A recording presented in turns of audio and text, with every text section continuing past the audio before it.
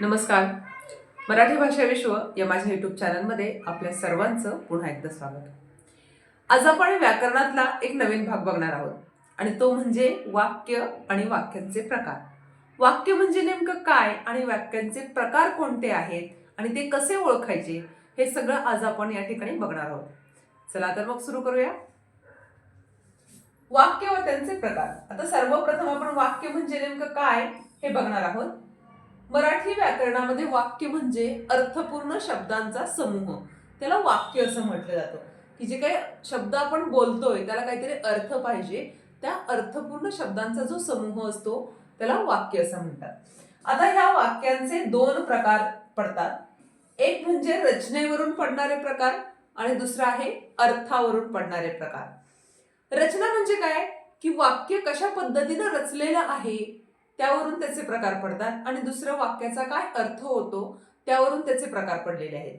आपण एक एक करून बघूया. सर्वप्रथम रचनेवरून पडणारे वाक्याचे प्रकार. त्यामध्ये केवल वाक्य, संयुक्त वाक्य आणि मिश्र वाक्य असे तीन प्रकार आहेत. केवल वाक्य म्हणजे काय, संयुक्त म्हणजे काय आणि मिश्र म्हणजे काय हे आपण सुरुवातीला बघूया. केवल वाक्य ज्याला आपण साधे वाक्य असे म्हणतो की ज्या वाक्यामध्ये केवळ एकच उद्देश, एकच विधेय असतं.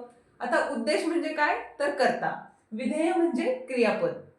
मग आपण या ठिकाणी ज्या वाक्यात एकच उद्देश म्हणजे कर्ता व एकच विधेय म्हणजे क्रियापद असते आणि एकच मुख्य विचार असतो अशा वाक्यांना आपण केवल वाक्य म्हणजे साधे वाक्य असं म्हणू शकतो.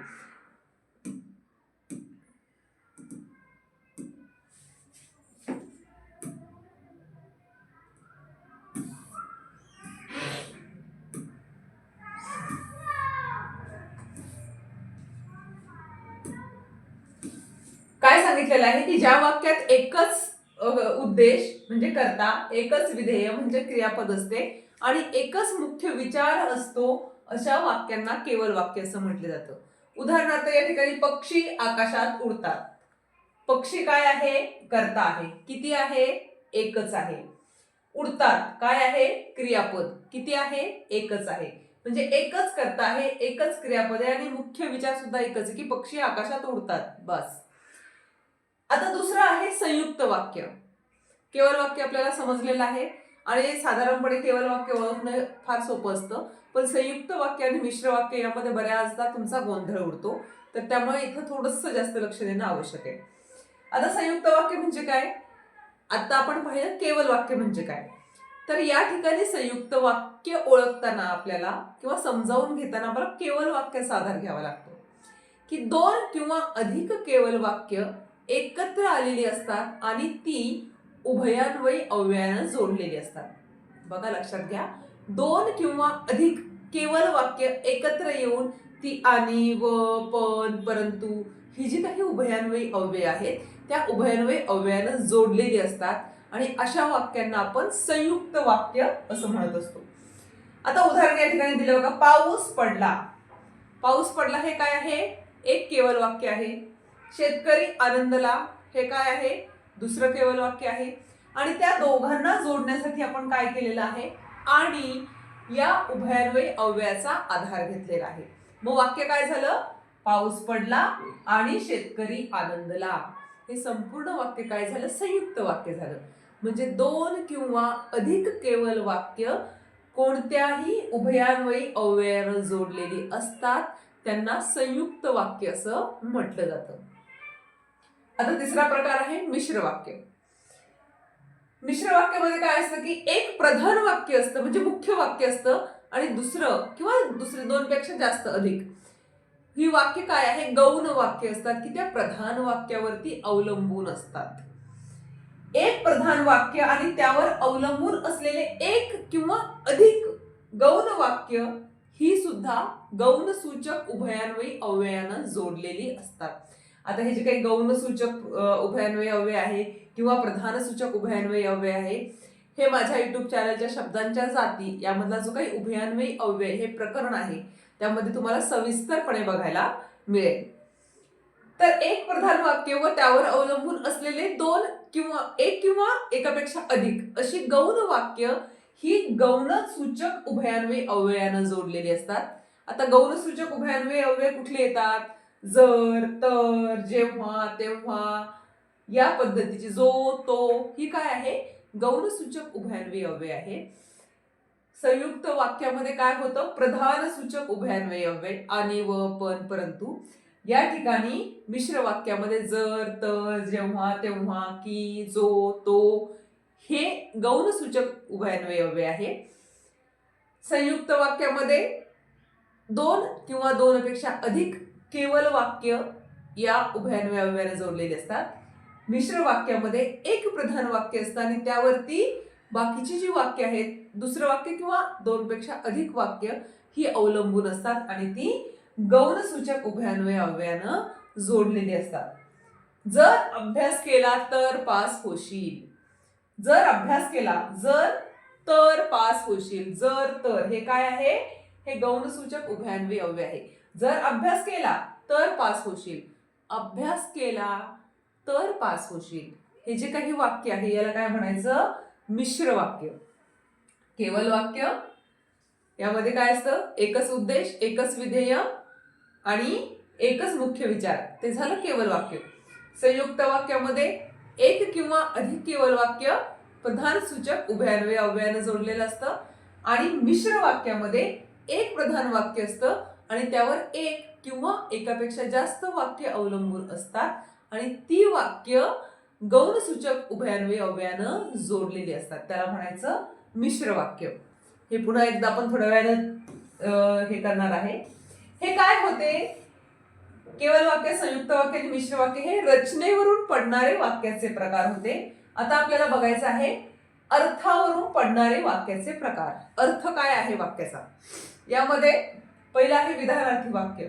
विधान, स्टेटमेंट ज्याला आपण म्हणतो, की ज्या वाक्यात कर्त्यानं केवळ साधं विधान केलेलं असतं आणि शेवटी पूर्णविराम असतो. म्हणजे एक साधं विधान केलेलं आहे कुणीतरी, माहिती दिलेली आहे काहीतरी आणि शेवटी काय आहे? पूर्णविराम आहे. उदाहरणार्थ, मी आंबा खातो. साधं वाक्य, विधान आहे, यामध्ये स्टेटमेंट केलेलं आहे की मी आंबा खातोय. दुसरं वाक्य आहे प्रश्नार्थी वाक्य. प्रश्नार्थी वाक्य तुम्हाला माहितीये की वाक्याच्या शेवटी प्रश्न चिन्ह येतं. ज्या वाक्यामध्ये काहीतरी विचारलेलं असतं आणि वाक्याच्या शेवटी प्रश्नचिन्ह येतं त्याला म्हणायचं प्रश्नार्थी वाक्य. तू कधी येणार आहेस? प्रश्नचिन्ह. पुढचं आहे उद्गारार्थी वाक्य. ज्या वाक्यात मनातील तीव्र भावना व्यक्त झालेली असते आणि शेवटी काय येतं? उद्गार चिन्ह येतं. बापरे केवढीही गर्दी. बापरे उद्गारवाचक चिन्ह, केवढीही गर्दी, इथेही उद्गारवाचक चिन्ह. प्रत्येक वाक्यामध्ये दोन्हीही ठिकाणी उद्गारवाचक चिन्ह येतं असं नाहीये. ठराविक वाक्यामध्ये फक्त बापरे ह्या जो काही मनातील तीव्र भावना व्यक्त करणारा उद्गार आहे त्या उद्गाराच्या पुढे उद्गारवाचक चिन्ह येतं. या ठिकाणी मात्र दोन्हीही ठिकाणी उद्गारवाचक चिन्ह आलेलं आहे. पुढे आहे आज्ञार्थी वाक्य. आज्ञा, कुणाला तरी काहीतरी आज्ञा आपल्याला चांगल्या प्रकारे माहितीये, ऑर्डर देता येते. एक ग्लास पाणी आण, माझी वही आण, माझं पुस्तक आण, मला हे आण, मला ते आण, हे आपण काय देत असतो? आज्ञा देत असतो. त्यामुळे आज्ञार्थी वाक्य हे आपल्याला चांगल्या प्रकारे माहितीये. पण या आज्ञार्थी वाक्यामध्ये सुद्धा आज्ञा, आशीर्वाद, विनंती किंवा उपदेश अशा पद्धतीनं 4-5 गोष्टी ज्या आहेत त्या एकत्र केलेल्या असतात. उदाहरणार्थ, खिडकी बंद कर. एखाद्याला आपण काय केलेले आहे? आज्ञा केली आहे, खिडकी बंद कर, एक ग्लास पाणी आण. हे काय आहे? आज्ञार्थी वाक्य आहे. पुढचं आहे होकारार्थी वाक्य, की ज्या वाक्यात होकार दर्शवलेला असतो, म्हणजे नकार दर्शक नाही, नको, नसतात असे शब्द येत नाहीत, त्यांना म्हणायचं होकारार्थी वाक्य. तानाजी नेहमी खरे बोलतो. या वाक्यात कुठेही नकार दाखवलेला नाहीये म्हणून त्याला होकारार्थी वाक्य असं म्हटलं जातं. आणि नकारार्थी वाक्यामध्ये नाही, नको, नसतात, नव्हे अशा प्रकारचं न हे नकारदर्शक शब्द आलेले असतात, त्याला म्हणायचं नकारार्थी वाक्य. मला चहा आवडत नाही, नाही आलाय म्हणजे काय झालं? नकारार्थी वाक्य झालं. विधानार्थी वाक्य, प्रश्नार्थी वाक्य, उद्गारार्थी वाक्य, आज्ञार्थी वाक्य, होकारार्थी वाक्य आणि नकारार्थी वाक्य. आता हे जे काही रचनेवरून वाक्य ओळखण्याच्या छोट्याशा सोप्या सोप्या ट्रिक्स आहेत त्या ट्रिक्स आपण या ठिकाणी बघूया की कसं ओळखायचं. केवल वाक्य, सिंपल सेंटेन्स कसं आपण ओळखायचं? तर वाक्यात एकच क्रियापद असेल तर त्या ठिकाणी आपण काय समजायचं? हे केवल वाक्य आहे. एकच क्रियापद असतं, आपण बघितले सुरुवातीला. दुसरं संयुक्त वाक्य काय आहे? यात दोन स्वतंत्र वाक्य आणि, व, शिवाय, अथवा, किंवा, पण, परंतु या शब्दांनी जोडलेली असतात. यातील दोन्ही वाक्य काय असतात? स्वतंत्रपणे अर्थ देऊ शकतात. उदाहरणार्थ पाऊस पडला, मोर नाचू लागला, दोन वेगवेगळे वाक्य आहेत आणि ही आणि या शब्दांनी जोडलेली आहेत. म्हणजे पहिली ट्रिक काय आहे? एकच जर क्रियापद असलं तर ते डोळे झाकून केवळ वाक्य आहे असं समजायचं. त्यानंतर संयुक्त वाक्य जर ओळखायचं झालं तर त्यामध्ये आणि, व, शिवाय, अथवा, किंवा, पण, परंतु हे शब्द आलेले असतात आणि ती दोन्ही वाक्य जी आहेत ती वेगवेगळेपणे स्वतंत्र असतात. त्यावेळेस ते संयुक्त वाक्य आहे असं डोळे झाकून तुम्ही सांगू शकता. तिसरा प्रकार आहे मिश्र वाक्य, ज्याला तुम्ही इंग्लिशमध्ये कॉम्प्लेक्स सेंटेन्स असं म्हणतात. यामध्ये जो, तो, जेव्हा, तेव्हा, जर, तर, कारण, म्हणून या शब्दांचा वापर झालेला असतो. यामध्ये मात्र ज्या पद्धतीने संयुक्त वाक्य हे दोन्ही वाक्य वेगवेगळे असतात तसं या ठिकाणी नसतं. मिश्र वाक्यावर काय असतं की एक वाक्य दुसऱ्या वाक्यावरती अवलंबून असतं. जसं की पहिलं वाक्य वाचलं की मनात प्रश्न आला पाहिजे की पुढे काय आहे, म्हणजे यालाच काय म्हणायचं की एक वाक्य दुसऱ्यावर अवलंबून असणं. हे कशामध्ये असतं? मिश्र वाक्यामध्ये. मिश्र वाक्य आणि संयुक्त वाक्यामधला फरक थोडासा लक्षात घ्या. संयुक्त वाक्यामध्ये दोन्ही वाक्य जी आहेत किंवा दोनपेक्षा अधिक जी वाक्य असतील ती स्वतंत्र असतात, पण मिश्र वाक्यामध्ये एक वाक्य दुसऱ्यावरती अवलंबून असतं. आता पुढचं आहे अर्थावरून वाक्य. आता हे काय होतं की रचनेवरून वाक्य कशा पद्धतीने आपण ओळखू शकतो त्याच्या टिप्स होत्या. आता हे अर्थावरून वाक्य कसं ओळखायचं? सोपं आहे की वाक्याच्या शेवटी काय आहे? साधा पूर्णविराम आणि एकदम साधं वाक्य असेल तर ते काय झालं? विधानार्थी वाक्य. तो घरी गेला. पुढे प्रश्नार्थी. या वाक्यामध्ये काय असतं? का, कधी, कुठे, कुणाचे प्रश्न विचारलेला असतो आणि शेवटी प्रश्नचिन्ह असतं. उद्गारार्थी वाक्याची सुरुवात जी आहे ती नेहमी केवळ प्रयोगी अव्ययाने होते. केवळ प्रयोगी अव्यय आपण शिकलेलो आहोत. जर नसेल तर पुन्हा एकदा माझ्या शब्दांच्या जाती हा व्हिडिओ, त्यामधलं केवळ प्रयोगी हे प्रकरण बघा, तुम्हाला सगळं कळेल. तर केवळ प्रयोगी अव्ययाने सुरुवात झालेली असते. त्यामध्ये अबब, अरे रे या शब्दांनी होत असते आणि शेवटी काय येतं? विरामचिन्ह येतं. पुढे आज्ञार्थी वाक्य. यामध्ये कर, जा, बस, लिही, खा, पी या पद्धतीनं असतं. त्यानंतर प्रार्थना सुद्धा असते, जसं आपण मगाशी सांगितलं की देवा मला बुद्धी दे, देवा मला पाव, अशा पद्धतीनं. होकारार्थी आणि नकारार्थी हे दोन्ही तुम्हाला माहिती की वाक्यात न, नाही, नको आला की ते नकारार्थी आणि जर ते नसेल तर होकारार्थी. म्हणजे या छोट्याशा छोट्याशा ट्रिक्स आहेत. आता अजून एक प्रकार आहे की तो क्रियापदाच्या अर्थावरून आहे की तो कशा पद्धतीने ओळखायचा तो आपण पुढे बघणार आहे. विशेष प्रकार आहे यामध्ये विद्यार्थी, संकेतार्थी. विद्यार्थी म्हणजे काय? यामध्ये क्रियापदाच्या शेवटी वा, वी, वे, व्या असे प्रत्यय असतात. मुलांनी अभ्यास करावा, काय आलेला आहे? वा. विद्यार्थी म्हणजे इच्छा, मनातली इच्छा दाखवलेली असते, ते क्रियापद इथे झालं. आपण वाक्यांचे प्रकारमध्ये एक बघितलेला आहे रचनेवरून पडणारे प्रकार, दुसरा आहे अर्थावरून पडणारे प्रकार आणि हा तिसरा प्रकार आहे क्रियापदाच्या अर्थावरून ओळख. क्रियापदाचा जो काही अर्थ आहे त्याच्यावरून ओळख. हा एक प्रकार नाही म्हणू शकत आपण, त्यातलाच एक थोडासा भाग आहे. तर या ठिकाणी विद्यार्थी, संकेतार्थी हा भाग आहे. तर विद्यार्थीमध्ये काय असतं की इच्छा असते, मुलांनी अभ्यास करावा ही इच्छा आहे. तर यामध्ये शेवटी काय येतं? वा, वी, वे असे प्रत्यय येतात. संकेतार्थीमध्ये जर, तर, संकेत, असं जर झालं तर असं होईल, हे काय झालं? संकेत. म्हणजे वाक्यात अट असते, सुरुवात जर ने किंवा क्रियापदाला स प्रत्यय लागतो. उदाहरणार्थ पाऊस पडला तर हवागार होईल, जर, तर. आता यामध्ये बघा विधानार्थी वाक्य परत एकदा आपण बघूया रिपीट. काय म्हटलं जातं विधानार्थी वाक्याला? ज्या वाक्यात कर्त्यांनी केवळ विधान केलेले असते त्या वाक्याला विधानार्थी वाक्य म्हणतात. मी आंबा खातो, गोपाळ खूप काम करतो, ती पुस्तक वाचते, हे काय आहे? वाक्याच्या अर्थावरून पडणारे वाक्याचे प्रकार. त्यातला पुन्हा एकदा आपण रिव्हिजन बघणार आहे. विधानार्थी. दुसरं प्रश्नार्थी. यामध्ये वाक्यात कर्त्याने प्रश्न विचारलेला असतो, त्या वाक्याला प्रश्नार्थी वाक्य असं म्हणतात. कोणी, काय, कधी, कुठे, कुणास या पद्धतीचे त्यात प्रश्न असतात. तू आंबा खाल्लास का? तू कोणते पुस्तक वाचतोस? कोण आहे तिकडे? या पद्धतीचे प्रश्न. पुढे आहे उद्गारार्थी की या वाक्यामध्ये कर्त्याच्या मनातले उद्गार बाहेर पडलेले आहेत आणि शेवटी काय आलेलं आहे, उद्गारार्थी वाक्य. त्यात आनंद, दुःख, हर्ष या पद्धतीच्या भावना व्यक्त होतात. अबोब, केवढा मोठा हा साप. शाब्बास, SSC पास झालास. अबोब, शाब्बास हे काय आहे, केवळ प्रयोगी अव्यय आहेत आणि त्याच्या पुढे उद्गारवाचक चिन्ह आलेले आहे. हे काय झाले, उद्गारार्थी वाक्य. आज्ञार्थी वाक्य, जसं मी मगाशी तुम्हाला सांगितलं की आज्ञार्थी वाक्यामध्ये काय काय येतं, फक्त आज्ञा नाही येत. आज्ञासोबत आशीर्वाद, विनंती, उपदेश आणि प्रार्थना या गोष्टींचा सुद्धा समावेश होतो. त्यामुळे या चारही प्रकारचं मी तुम्हाला एक एक वाक्य इथे दिलेलं आहे. तो दरवाजा बंद कर, काय झाली, आज्ञा. देव तुझे भले करो, आशीर्वाद. कृपया शांत बसा, विनंती. देवा मला पास कर, प्रार्थना. उपदेश, प्राणी मात्रांवर दया करा. म्हणजे यामध्ये आज्ञा, आशीर्वाद, विनंती, प्रार्थना, उपदेश हे 5 प्रकार जर वाक्यामध्ये असतील तर ते वाक्य कुठलं समजायचं, आज्ञार्थी वाक्य समजायचं.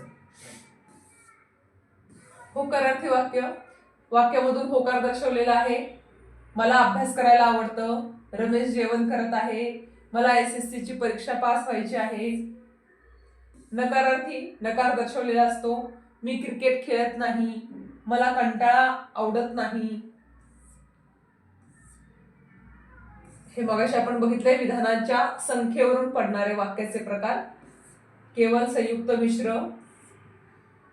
संयुक्त म्हणजे काय की उभयान्वयी अव्ययानं 2 किंवा अधिक केवळ वाक्य जोडून संयुक्त वाक्य तयार होतं. पैसे मिळाले आणि बँक बंद झाली. यावर्षी पाऊस चांगला पडला पण म्हणावे तसे उगवले नाही. हे पुन्हा पुन्हा एक 2-3 प्रकारातून मी तुम्हाला दाखवलेलं आहे. मिश्र वाक्य, या वाक्यामध्ये एकापेक्षा अधिक गौण वाक्य असतात आणि ती उभयान्वयी अव्ययानं जोडलेली असतात. त्याला म्हणायचं मिश्र वाक्य. जेव्हा पैसे मिळाले तेव्हाच भीम उठला. आजोबा लवकर झोपले कारण आज ते खूप दमले होते. यामध्ये एक मुख्य वाक्य आणि दुसरं वाक्य त्यावरती अवलंबून असलेलं असतं. हे आपण बघितलेलं आहे.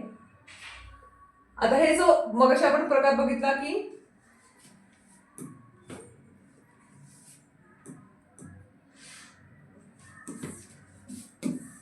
क्रियापदाच्या जो काही प्रकार आहे त्या क्रियापदावरून वाक्याचे प्रकार पडलेले असतात.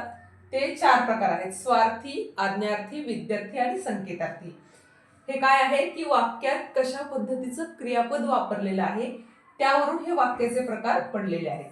आता त्यामध्ये स्वार्थी म्हणजे काय असतं, ज्या वाक्यातील क्रियापद फक्त माहिती सांगतं आणि काळ दाखवतो त्याला स्वार्थी वाक्य असं म्हणायचं. फक्त माहिती सांगितलेली आहे आणि काय दाखवलेलं आहे, त्यात काळ दाखवलेला आहे.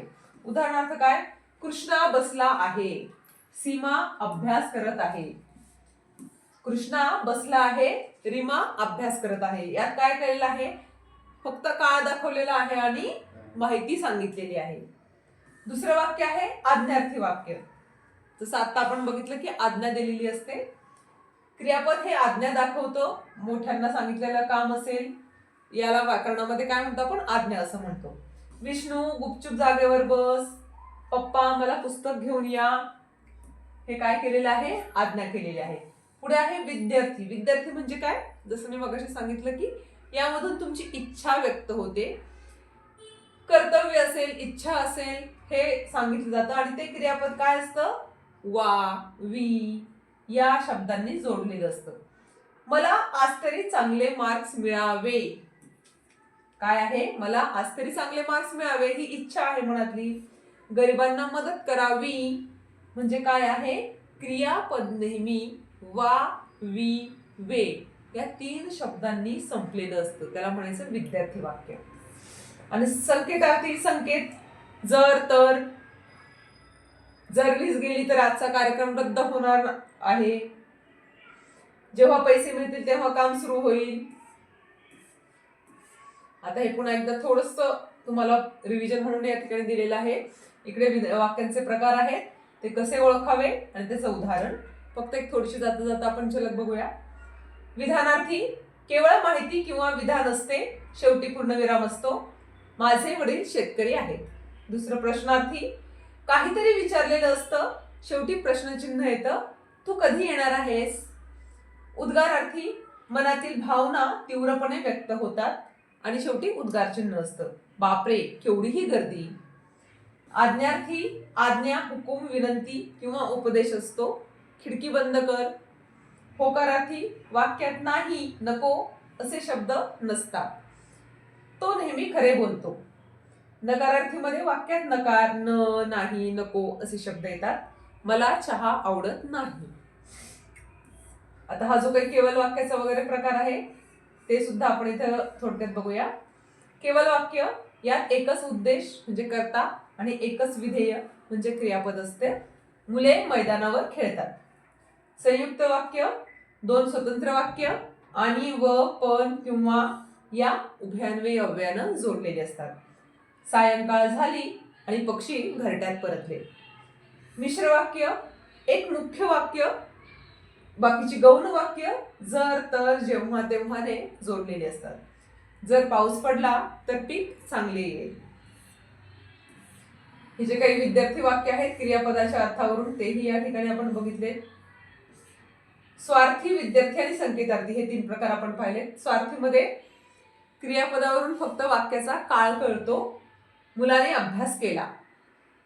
विद्यार्थीमध्ये कर्तव्य, शक्यता, योग्यता आणि शेवटी वा, वि, वे क्रियापदाच्या शेवटी. मुलांनी आईवडिलांची आज्ञा पाळावी. पाळावी, करावी. संकेतार्थी अट किंवा अट दर्शवणारा संकेत असतो. जर, तर, तू आलास तर आपण फिरायला जाऊ. या पद्धतीनं वाक्यचे आपण तीन प्रकार पाहिलेले आहेत. रचनेवरून पडणारे वाक्याचे प्रकार, अर्थावरून पडणारे वाक्याचे प्रकार आणि शेवटचं क्रियापदाच्या अर्थावरून पडणारे वाक्याचे प्रकार. हे वाक्यांचे प्रकार या ठिकाणी हा जो भाग आहे हा तुम्हाला समजला असेल अशी अपेक्षा आहे. नसेल समजला तर व्हिडिओ पुन्हा पुन्हा बघा. माझ्या व्हिडिओला लाईक करा, शेअर करा, सबस्क्राईब करा आणि अशाच व्याकरणाच्या अजून खूप साऱ्या माहितीसाठी माझ्या YouTube चॅनलला सबस्क्राईब करा. धन्यवाद.